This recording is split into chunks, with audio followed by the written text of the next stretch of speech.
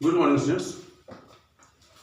आज हम लोग बीए थर्ड ईयर के अंतर्गत पानीपत का तृतीय युद्ध पढ़ेंगे।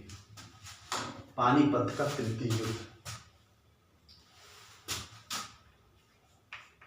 पानीपत का तृतीय युद्ध, third battle of third battle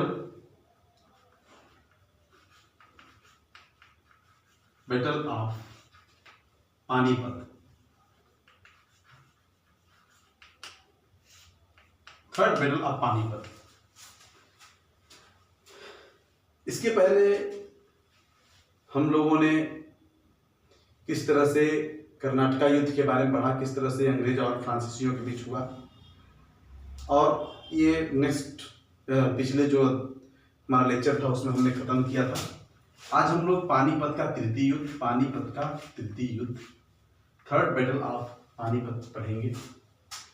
Panipat का तृतीय युद्ध जो हुआ 1761 ईस्वी में,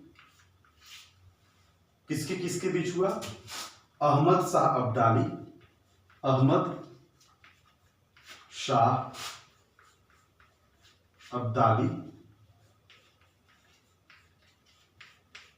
और वर्सेस मराठों के बीच। अहमद शाह अब्दाली और मराठों के बीच यह युद्ध हुआ।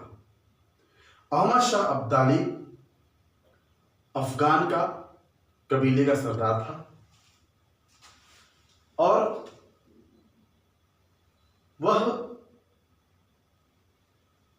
बहुत पहले से ही भारत पर आक्रमण करने की सोच में था और 1761 में अंततः उसने युद्ध किया यहाँ पे आके और भारत में जो मराठा शक्ति है उसको बुरी तरह से पराजित किया।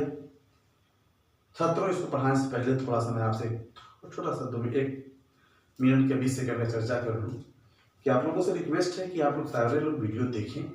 जो बच्चे देख रहे हैं वो आप लोग अपने दोस्तों को बताएं कि नहीं आप वीडियो देखिए, क्योंकि ये जो वीडियो बनाया जा रहा है मेहनत से बनाया जा रहा है, आप लोग नहीं देखते हैं तो ये ठीक नहीं है, क्योंकि अभी जो भी क्लास ली जा रही है वह आपके लिए बहुत ही इम्पोर्टेंट है और ऑनलाइन क्लास में आपको फिजूल की कुछ भी बातें नहीं बताई जाती है, टू दी पॉइंट वही चीज़ बताई जा रही है जो आपके लिए आवश्यक है।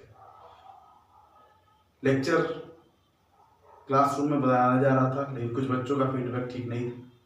उनका कहना था कि सर आवाज़ गूंज रहा है, स्पष्ट नहीं हो रहा है, इसलिए ऐसा क्लास लिया जा रहा है ताकि आप लोगों को समझ में आए, गूंजे न, जो भी समझ में क्लियर समझ में आए।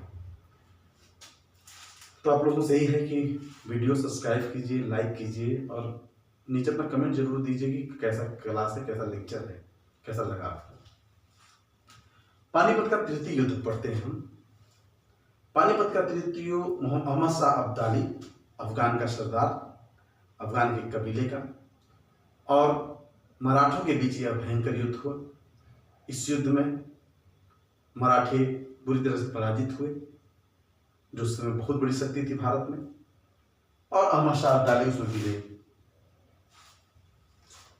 अहमद शाह अब्दाली और मराठों के बीच में पानीपत का जो युद्ध था उसका अगर कारण की बात करें, क्यूजेस की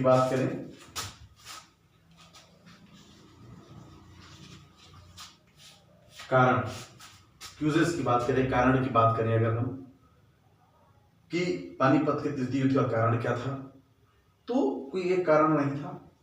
इसकी पृष्ठभूमि बताया मैंने पहले से तैयार थी और अहमद शाह अब्दाली पहले से सोच में था, कुछ तत्कालिक कारण भी थे। हम एक एक करके चर्चा करते हैं इंपॉर्टेंट चीज़ों का कि क्यों यह युद्ध हुआ। तो सबसे पहले तो हम देखेंगे कि इसकी सोच कहाँ से डेवलप हुई अहमद शाह अब्दाली का कि भारत पे आक्रमण करना है। तो यह सोच की अगर हम बात करें तो 1739 में अहमद शाह अब्दाली जिस समय नादिर शाह भारत पे आक्रमण किया था, नादिर शाह के भारत के आक्रमण के समय में, इसको जानता हूं मैं, ये युद्ध 1761 में हुआ था ईस्वी में, और 1739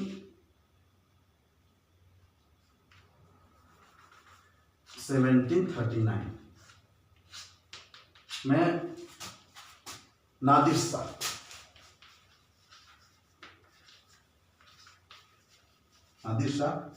भारत पर आक्रमण किया था। और उस समय नादिर शाह ने जब भारत पर आक्रमण किया, अहमद शाह अब्दाली इसकी सेना में एक सेनापति था। सेनापति,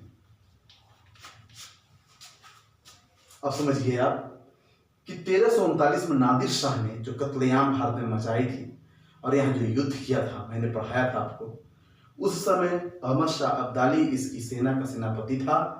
और जब यहाँ आक्रमण हुआ तो भारत में जो मुगल थे, जो मराठे थे, उनकी शक्तियों को इसने भांप लिया था और उनकी कमियों को अच्छे से जान लिया था। और इसके मन में उसी समय से महत्वाकांक्षा जगी कि भारत पे आक्रमण करना है और वहां पे अपना शासन स्थापित करना है, साम्राज्य बढ़ाना है। दूसरा है मुगलों की निर्बलता। दूसरा अगर हम कारण देखेंगे, फर्स्ट कारण तो नादिर शाह के समय प्रेरणा मिली, दूसरा कारण था मुगलों की निर्बलता। मैंने आपको बताया कि पिछले अध्याय में बताया था कि किस तरह से औरंगजेब के बाद मुगल वंश का जो है कमजोरी परिलक्षित होती गई और अंततोगत्वा कहें तो मुगल वंश के जो शासक थे, उत्तराधिकारी थे, लास्ट के बिल्कुल योग्य नहीं थे। सारा विशाल साम्राज्य छीन चुका था, छोटे छोटे राज्यों में विभक्त हो चुका था, मराठों का वर्चस्व बढ़ चुका था। और ऐसे कंडीशन में अहमद शाह अब्दाली को प्रेरणा मिली और वो कमजोरी का लाभ उठाकर के आक्रमण किया। तीसरी अगर हम बात करें तो मराठों की नीति। मराठों की नीति शुरू से विस्तारवादी नीति थी, साम्राज्य विस्तार के लिए हमेशा सोचते रहते थे।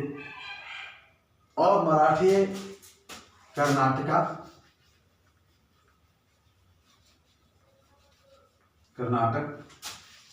पंजाब, इन क्षेत्रों पर अपना, इसके अलावा बुंदेलखंड और आदि क्षेत्रों पर भी अपना साम्राज्य बढ़ाना चाहते थे। और वहां पर दिल्ली, इन क्षेत्रों पर साम्राज्य को विस्तृत करना चाहते थे।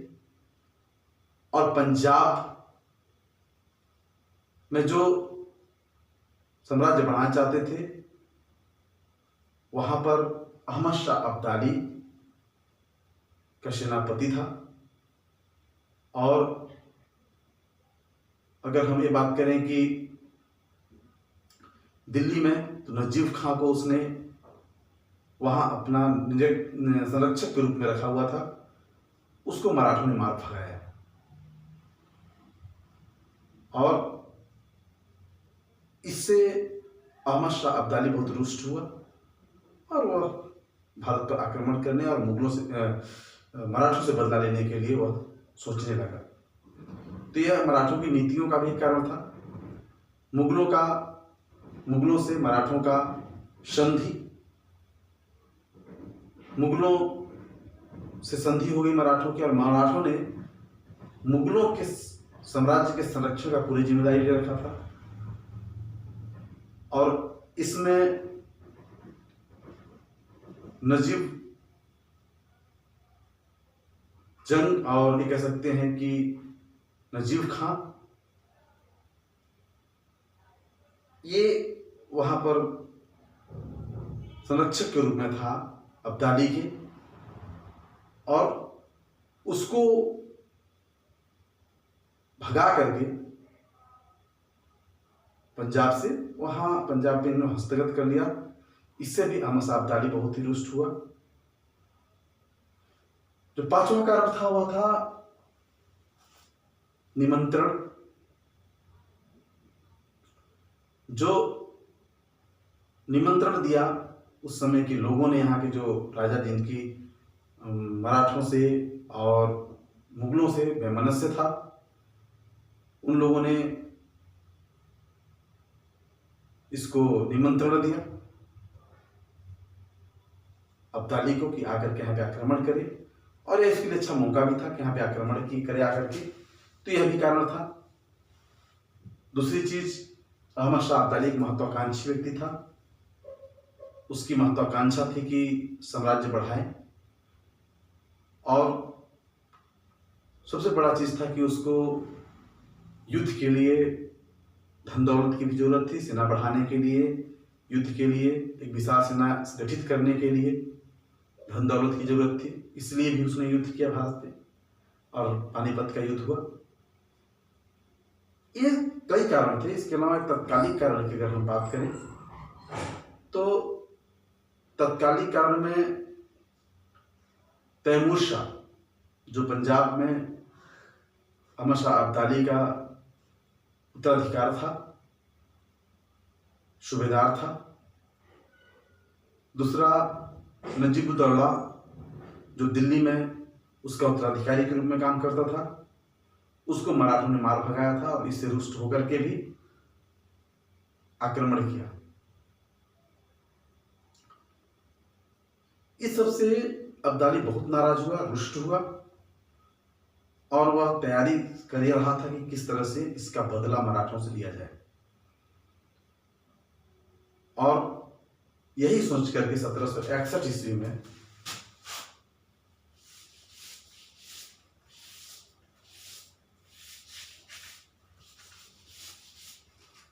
सत्रह सौ साठ ईस्वी में अहमद शाह अब्दाली ने दिल्ली पर और पंजाब पर आक्रमण किया। और दिल्ली और पंजाब पर आक्रमण करने के बाद उसको कब्जे में ले लिया। वहां अब्दाली का वहां साम्राज्य हो गया, अब्दाली ने उसको जीत लिया।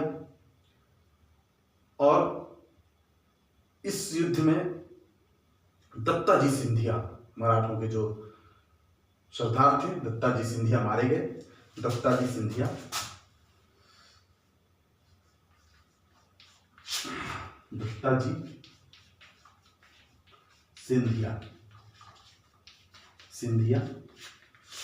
दत्ताजी सिंधिया मारे गए इस युद्ध में। और जब मराठों को पता चला तो मराठा पेशवा बहुत दुखी हुआ, और दुखी होकर के एक विशाल सेना का गठन करके और सदाशिव भाव के नेतृत्व में सदाशिव भाव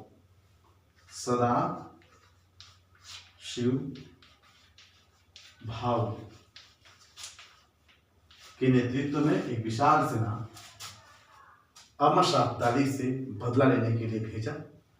सदाशिव भाव एक बड़ा सा सेना लेकर के जाके पानीपत के मैदान में डट गए, और अहमद शाह अब्दाली इनसे बदला लेने के लिए सोनीपत को पार करके पहुंच गया। अब सदाशिव भाव और अब्दाली की सेना आमने सामने, लेकिन युद्ध लगभग 2 महीने तक नहीं हुआ। छिटपुट युद्ध हुआ। इस छिटपुट युद्ध में फतेह खां गार्गी और जानकोजी सिंधिया और सदाशिव फतेह खां गार्गी ने छोटे छोटे आक्रमण किए। इसमें बहुत ज्यादा मराठों को कोई लाभ नहीं हुआ, लेकिन इस युद्ध में हम देखें अगर तो मराठों को बहुत लाभ नहीं हुआ, और डटे रहे।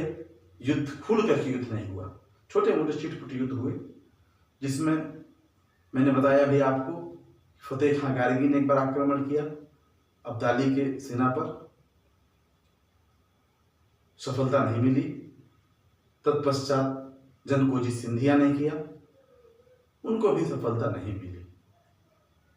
अब 2 महीने तक खुल के युद्ध नहीं किए मराठे, जबकि इनके पास मौका था और उनकी शक्ति भी इनके पास थी। कई महीने तक ये डटे रहे पानीपत के मैदान में। अंततः ये हुआ कि इनके पास रसद सामग्री खत्म हो गया, खाने पीने की सामग्री खत्म हो गई। अब इन लोगों ने वहां की महिलाओं को उनका आभूषण बेच करके खाने पीने का व्यवस्था किया इन लोगों ने। ऐसे कंडीशन में सिंधिया सदाशिव भाव युद्ध के लिए तैयारी की और जल्दी से युद्ध करने की प्लानिंग किए। और 1761 में पानीपत के मैदान में तृतीय पानीपत का मैदान शुरू हुआ। और इस भयंकर युद्ध में पहले ही झटके में मराठों ने इतना गजब का और इतना बिजली की तरह आक्रमण किया कि अब्दाली की सेना के पांव उखड़ गए। अब्दाली की सेना भागने लगी बुरी तरह से। अब्दाली ने यह देखा, साहसी व्यक्तित्व था उसने अपनी सेना को मजबूती दी और उनको एक जोश वाला भाषण दिया और 10,000 अपनी जो रिजर्व सेना थी उसके पास, उस सेना को भेजा उसने। और कहते हैं कि उस सेना में ऊंट का सेना जो था उसकी, जिसमें तोपें लगी हुई थी, वे एक महत्वपूर्ण भूमिका निभाती है। और जल्द से ही जल्द दूसरे टाइम तक, दोपहर के बाद के समय तक का जो टाइम था उसमें मराठों का शक्ति आसमान पे था, किंतु मात्र 3 से 4 घंटे की लड़ाई और जो थी 3 घंटे की लड़ाई में ही मराठों की बुरी हाल हो गया, पूरी तरह से मराठा हारे। और इस युद्ध में अगर हम कहें तो विश्वासराव मारा गया, उसको मार दिया गया। और जैसे ही विश्वासराव को मारा गया, मराठे पस्त हो गए। और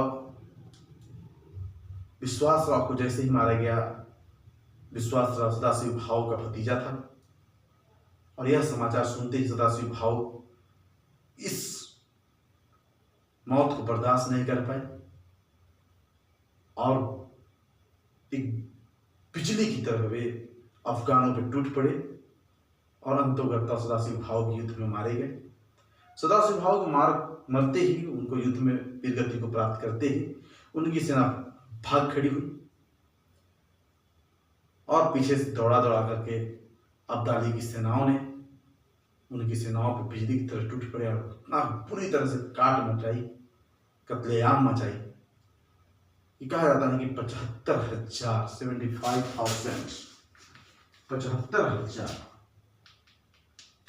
75,000 सेनाओं कत्लेआम मचाया, मराठों को मौत के घाट उतार दिया।